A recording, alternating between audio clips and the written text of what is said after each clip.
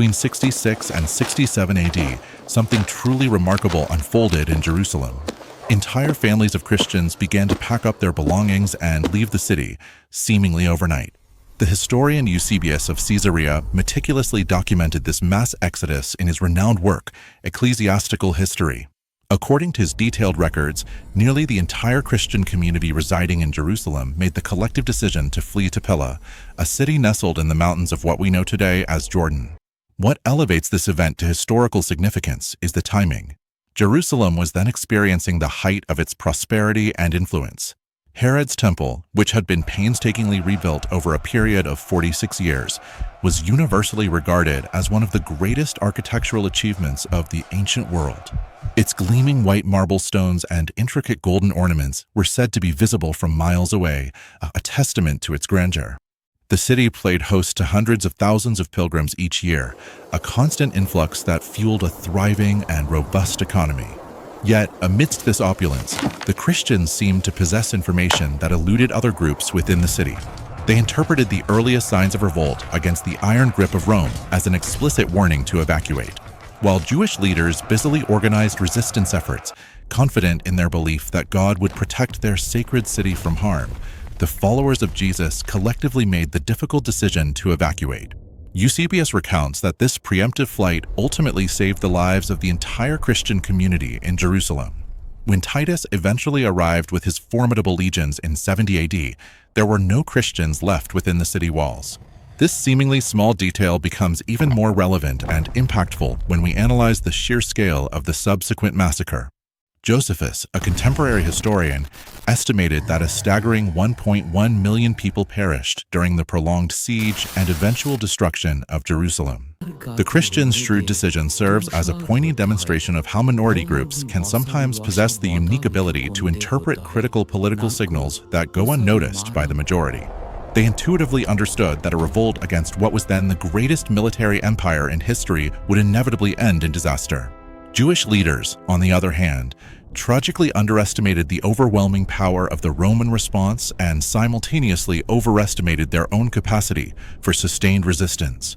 Josephus, who lived through these tumultuous events as a Jewish military commander before ultimately defecting to the Roman side, wrote extensively about the rebels' unwavering confidence, bordering on delusion.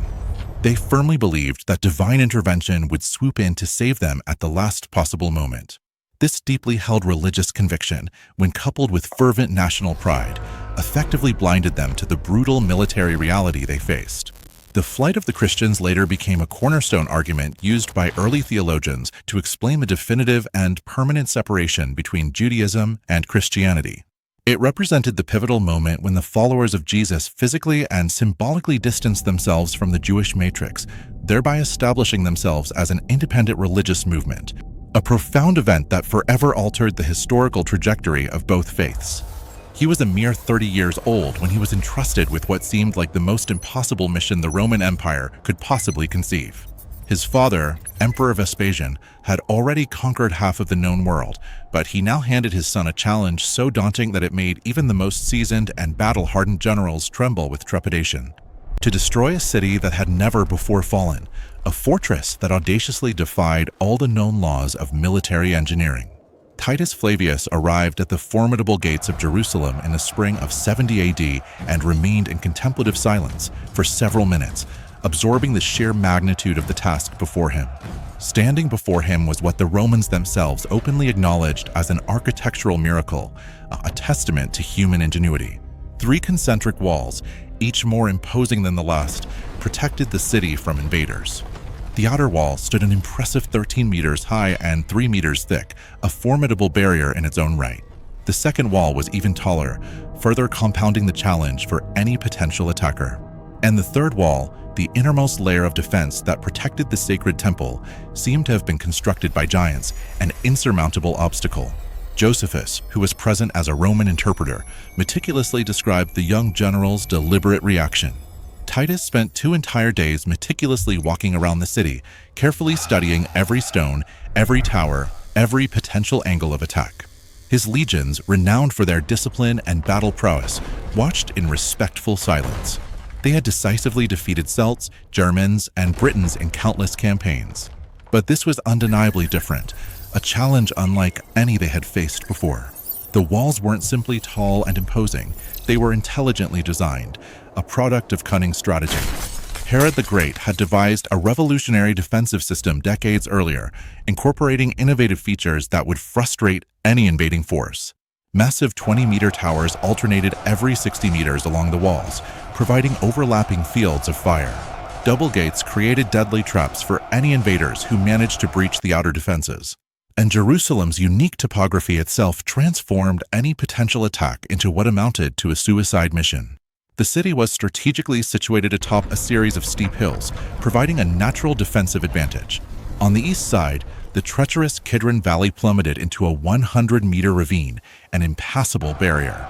On the west and south sides, deep valleys created natural moats, further complicating any assault.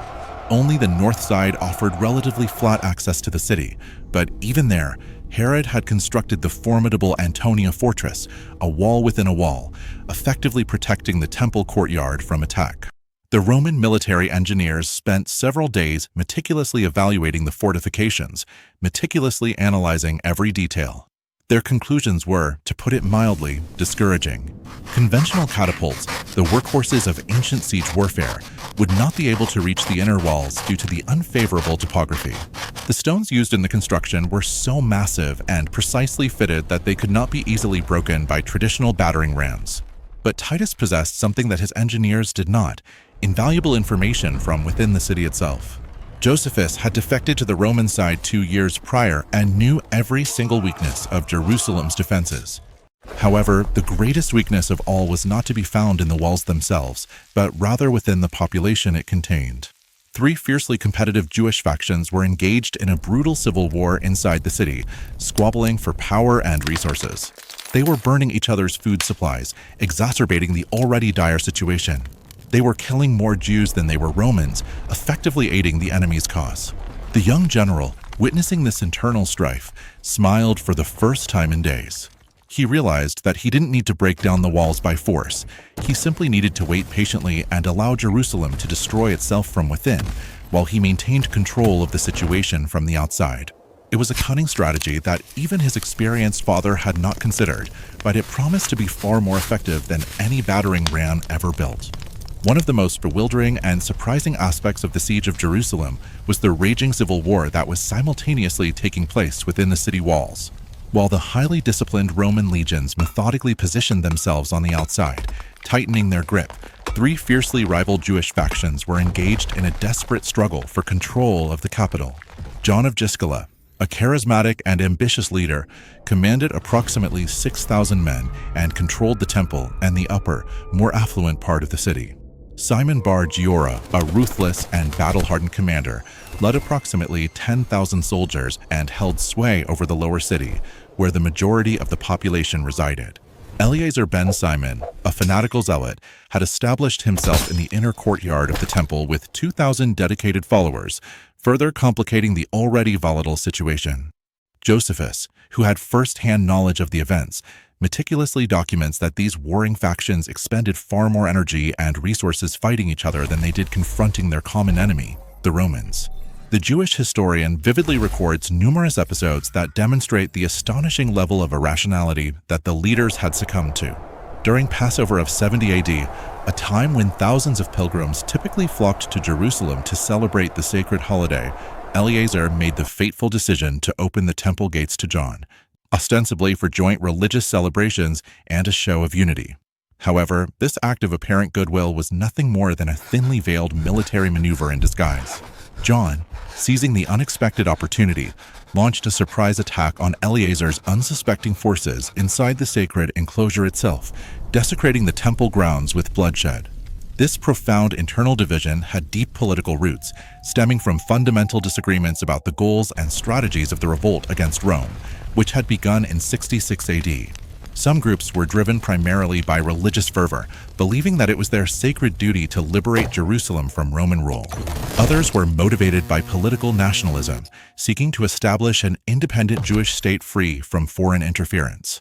Still others were driven by purely economic opportunism, hoping to enrich themselves in the chaos and uncertainty of the rebellion. As the relentless Roman pressure increased, these pre-existing differences and simmering tensions inevitably escalated into armed conflict, tearing the city apart from within. Josephus estimates that the rebels initially possessed approximately 25,000 well-equipped and trained soldiers, a formidable fighting force. They also had the significant advantages of the terrain, intimate local knowledge, and substantial stockpiles of food and weapons. In theory, they could have potentially withstood the Roman siege for years, holding out until the Romans were forced to withdraw due to logistical challenges or political pressures. However, in practice, they tragically squandered these invaluable resources by relentlessly attacking each other, engaging in a destructive civil war that undermined their entire defense. The most tragic and devastating aspect of the situation was the systematic and deliberate destruction of crucial food stocks. Each faction, in a desperate attempt to gain a strategic advantage over its rivals, burned the warehouses it controlled, irrationally believing that this drastic measure would somehow force a military unification and solidify their own control. However, this flawed strategy proved to be catastrophic, accelerating the city's descent into famine and despair. In a matter of mere months, a city that possessed the capacity to resist for years began to starve, its population weakened and demoralized by hunger. Josephus meticulously documents that Titus, recognizing the dire situation within the city, sent several surrender proposals during the siege, offering terms that were surprisingly lenient. The Roman terms allowed the civilian population to peacefully leave the city without fear of retaliation, potentially saving countless lives. However, historical records clearly show that the three obstinate Jewish leaders consistently and vehemently rejected these offers, each faction clinging to its own unrealistic aspirations for sole leadership over a unified resistance. The devastating civil war within Jerusalem serves as a classic and tragic case study on how internal divisions, fueled by personal ambition and ideological differences, can effectively nullify any military advantage, no matter how significant.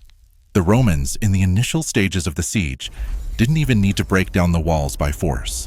It was sufficient for them to patiently wait for the city to weaken and collapse on its own, succumbing to the destructive forces of internal strife and famine. The famine during the siege of Jerusalem reached levels of unimaginable horror, shocking even the battle-hardened Roman soldiers who had witnessed countless atrocities during their years of military service. Josephus, with his characteristic attention to detail, meticulously documents how the crippling scarcity of food gradually transformed a once civilized population into something unrecognizable, driven by desperation and primal instincts. These graphic and disturbing descriptions lend particular credibility to his accounts, as the author was not merely a distant observer, but was personally present during these horrific events, possessing access to both the Jewish and Roman perspectives. The first chilling signs of the impending disaster appeared when the rival factions, locked in their bitter struggle for power, began to burn each other's strategically important grain stores. Acts of self-destructive sabotage that would have profound consequences for the entire population. Jerusalem had previously possessed enough warehouses filled with provisions to withstand several years of siege, a fact that made the subsequent famine all the more tragic. Simon Bar Giora, in a ruthless display of power, ordered the destruction of the warehouses controlled by his rival, John of Giscala, depriving thousands of people of their sustenance. In swift retaliation, John ordered the burning of the food stocks located in the lower city, effectively cutting off supplies to a large segment of the population. Within a matter of weeks, provisions that could have potentially fed 600,000 people were reduced to ashes, a senseless act of destruction that sealed the fate of the city. The historian meticulously documents how the price of food soared drastically in just a few short months, reflecting the growing scarcity and desperation. A measure, modius, of wheat, which had previously cost a relatively affordable 4 drachmas, came to be worth more than 20 times that amount when it was still available on the market, an exorbitant price that few could afford. Soon after, wheat, along with other essential foodstuffs, simply disappeared from the market altogether, becoming an unattainable luxury for the vast majority of the population. Wealthy families, once accustomed to a life of comfort and privilege, desperately traded their precious jewelry and family heirlooms for mere handfuls of barley, a meager sustenance that barely kept them alive. The poor, having no such assets to barter with, began a desperate and increasingly frantic search for anything even remotely edible, their desperation growing with each passing day. The historian grimly documents how the starving population began to consume anything they could find, including sandal leather, tree roots, and even animal excrement, a testament to their extreme hunger and desperation. Roman soldiers stationed outside the city walls reported witnessing the macabre spectacle of people digging through piles of garbage in a desperate search for any organic remains that might provide them with a few fleeting calories. Children, driven by insatiable hunger, resorted to stealing food from their own parents, betraying the most fundamental bonds of family. Parents, equally desperate and driven to the brink, tore food from the mouths of their own children, engaging in a horrifying struggle for survival. The traditional Jewish family hierarchy, once a cornerstone of their society, completely collapsed under the unbearable strain of the famine, replaced by a desperate struggle for individual survival. The most documented and shocking case, a horrifying example of the depths to which the famine drove people, involved a woman named Mary from the village of Bethesda, located beyond the Jordan River. Josephus dedicates several pages of his detailed historical account to this particularly gruesome and disturbing episode. Mary was a woman from an aristocratic family who had lost all of her properties and wealth to marauding looters during the chaotic period leading up to the siege. Now a desperate refugee in Jerusalem, burdened with her young baby, she faced extreme hunger and starvation without any support or assistance from family or friends. According to Josephus's account, Mary made a decision so horrific that it violated all natural and religious laws, a testament to the sheer desperation and madness that the famine had induced. She tragically killed and cooked her own infant son, consuming half of the flesh to stave off her own starvation and saving the rest for a later meal. When soldiers from the warring factions raided her house in a relentless search for food, she brazenly offered them the remaining meat, unaware of its horrifying origin. The men, even hardened by years of warfare and accustomed to witnessing death and suffering, fled in utter horror and revulsion when they discovered the source of the food, unable to comprehend the depths of Mary's depravity.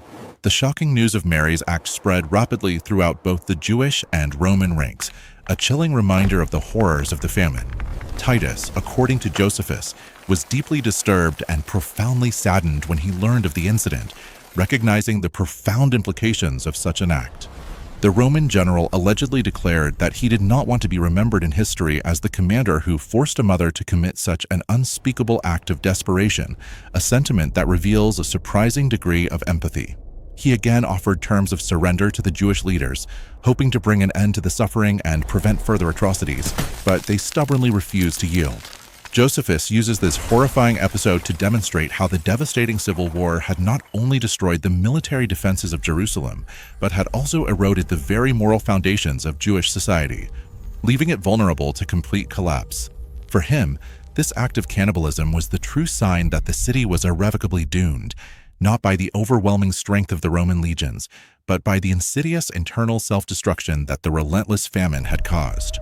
On August 9th, 70 AD, Titus had specifically issued orders that the Temple of Jerusalem, a magnificent symbol of Jewish faith and identity, be preserved from destruction. The general, recognizing its historical and cultural significance, wanted to send it to Rome as an intact trophy, a tangible demonstration of the superiority of Roman engineering and military prowess.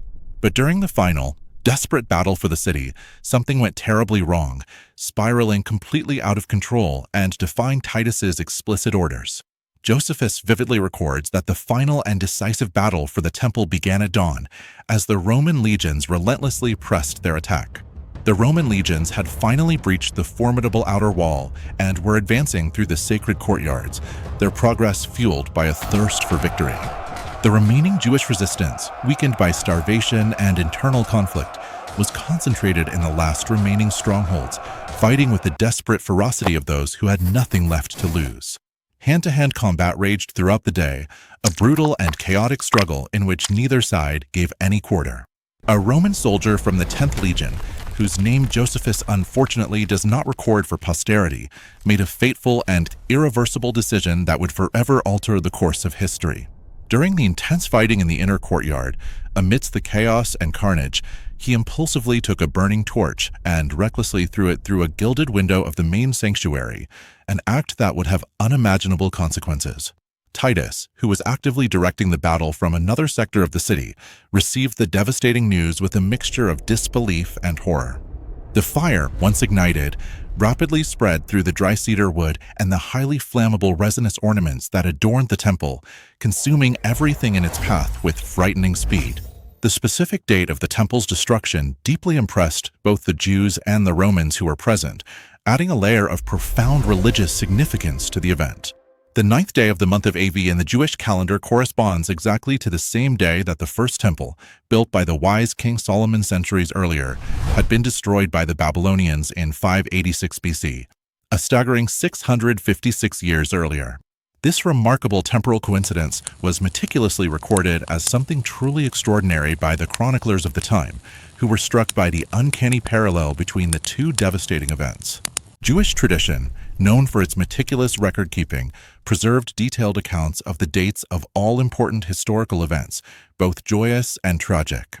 The first temple, a symbol of Jewish national identity, was burned by Nebuzaradan, the commander of Nebuchadnezzar's army, in 586 BC, according to Babylonian chroniclers.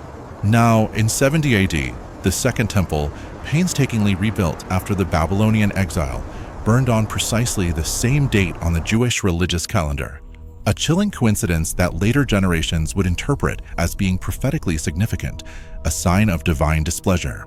Josephus vividly describes the utter despair and devastation that gripped the Jewish defenders when they saw the flames consuming the sacred building, the heart of their faith and the symbol of their connection to God. Many, overcome with grief and a sense of hopelessness, threw themselves directly into the raging fire along with the temple, preferring to die a fiery death rather than witness the complete destruction of their most sacred place. Others, driven by a desperate desire to salvage something from the inferno, frantically tried to save the sacred utensils, religious artifacts, and accumulated treasures that had been carefully preserved over centuries within the temple walls.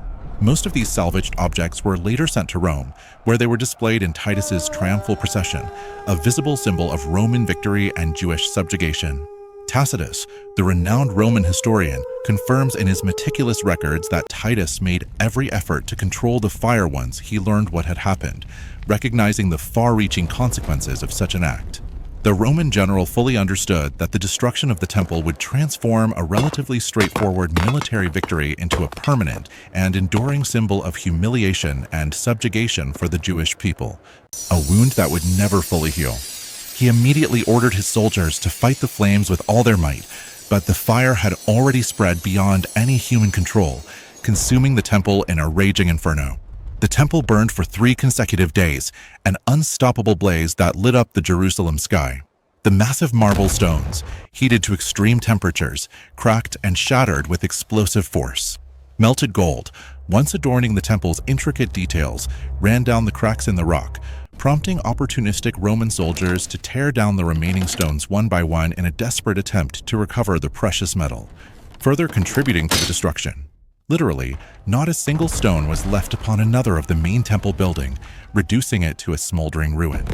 When the Roman scribes and accountants finally finished meticulously counting and cataloging the spoils of war, the numbers far surpassed all previous military campaigns of the empire, leaving everyone in awe. The siege of Jerusalem had produced staggering figures of captives and casualties that transformed this military operation into the most deadly and devastating event ever recorded in antiquity, a testament to the scale of the conflict. Official Roman records, carefully maintained for administrative and logistical purposes, show that during the 5 long months of the siege, which stretched from March to September of 70 AD, approximately 1,100,000 people died in and around Jerusalem, a staggering loss of life. This number includes permanent residents of the city, the countless pilgrims who were trapped in the city for Passover when the siege began, and the numerous refugees who had fled from other regions of Judea seeking sanctuary within Jerusalem's walls. These numbers are generally considered reliable by historians because they were obtained directly from official Roman military censuses, which were conducted with meticulous accuracy for tax and administrative purposes. The Roman legions kept detailed records of captured prisoners because they represented significant economic value to the empire, a valuable source of revenue. Each enslaved prisoner would be sold in the empire's bustling markets, generating revenue that helped to finance future military campaigns and bolster the Roman economy. Of the survivors of the siege, a staggering 97,000 were enslaved and distributed throughout the vast Roman Empire, their lives forever changed. The youngest and most physically fit were typically sent to work in the notoriously harsh gold mines in Egypt, where life expectancy rarely exceeded 2 years due to the brutal conditions and relentless labor. Adults who specialized in trades or possessed valuable skills were sold in urban markets in major cities like Rome, Alexandria, and Antioch, where they could be put to work in various industries. Children were often adopted by wealthy Roman families and raised in the traditional Roman religion and culture, effectively severing their ties to their Jewish heritage. Some particularly noteworthy prisoners received specific and often cruel fates, reserved for those who were deemed to be of particular interest to the Romans. About 700 of the tallest and most physically impressive Jews were specifically reserved for Titus's triumphal procession in Rome, a spectacle designed to celebrate Roman military might. They were forced to march in chains through the streets of the imperial capital, a symbol of Jewish subjugation, while the Roman population cheered and celebrated the hard-fought victory. Many of these unfortunate prisoners were later executed in public spectacles, forced to fight wild animals or other gladiators in the arena for the entertainment of the Roman masses. Titus, after securing his victory, ordered the systematic demolition of Jerusalem, ensuring that it could never again pose a threat to Roman rule. The once imposing walls were painstakingly torn down using battering rams and primitive gunpowder, reducing them to rubble. Most public buildings, including the magnificent palaces and administrative centers, were deliberately destroyed, erasing any trace of Jewish autonomy. Only 3 towers of Herod's formidable fortress were intentionally preserved as a grim memorial to the greatness of the city that Rome had so decisively conquered, a constant reminder of Roman power. The rest of the city was reduced to a pile of rubble that took decades to be completely removed, a testament to the scale of the destruction. The economic impact of the destruction of Jerusalem reverberated throughout the empire, affecting trade, taxation, and the flow of resources. The Fiscus Judaicus, a special tax specifically created in the aftermath of the war, obliged all Jews throughout the empire to annually pay 2 denarii, an amount that was previously sent to the temple in Jerusalem as a religious offering. This new tax generated substantial revenues for the imperial treasury for subsequent centuries, further enriching the Roman state at the expense of the Jewish people. The forced dispersion of the Jewish population, which had already been underway for some time, was greatly accelerated by the events of the war and the subsequent destruction of Jerusalem. Jewish communities permanently settled in Rome, Alexandria, Babylon, and other major cities throughout the Mediterranean world, creating a widespread diaspora. This diaspora would ultimately create the demographic basis for the survival of Judaism over the next 2 millennia, ensuring its continued existence despite the loss of its homeland. However, it also marked the definitive end of Jerusalem as the unified political and religious center of the Jewish people, a loss that continues to resonate today. 656 years earlier, another empire had engaged in a similar act of destruction, forever altering the course of history. Click here on the screen to watch how Nebuchadnezzar destroyed the Temple of Solomon and discover how history tragically repeated itself in such an impressive and devastating way. Click on the video on the screen now. M.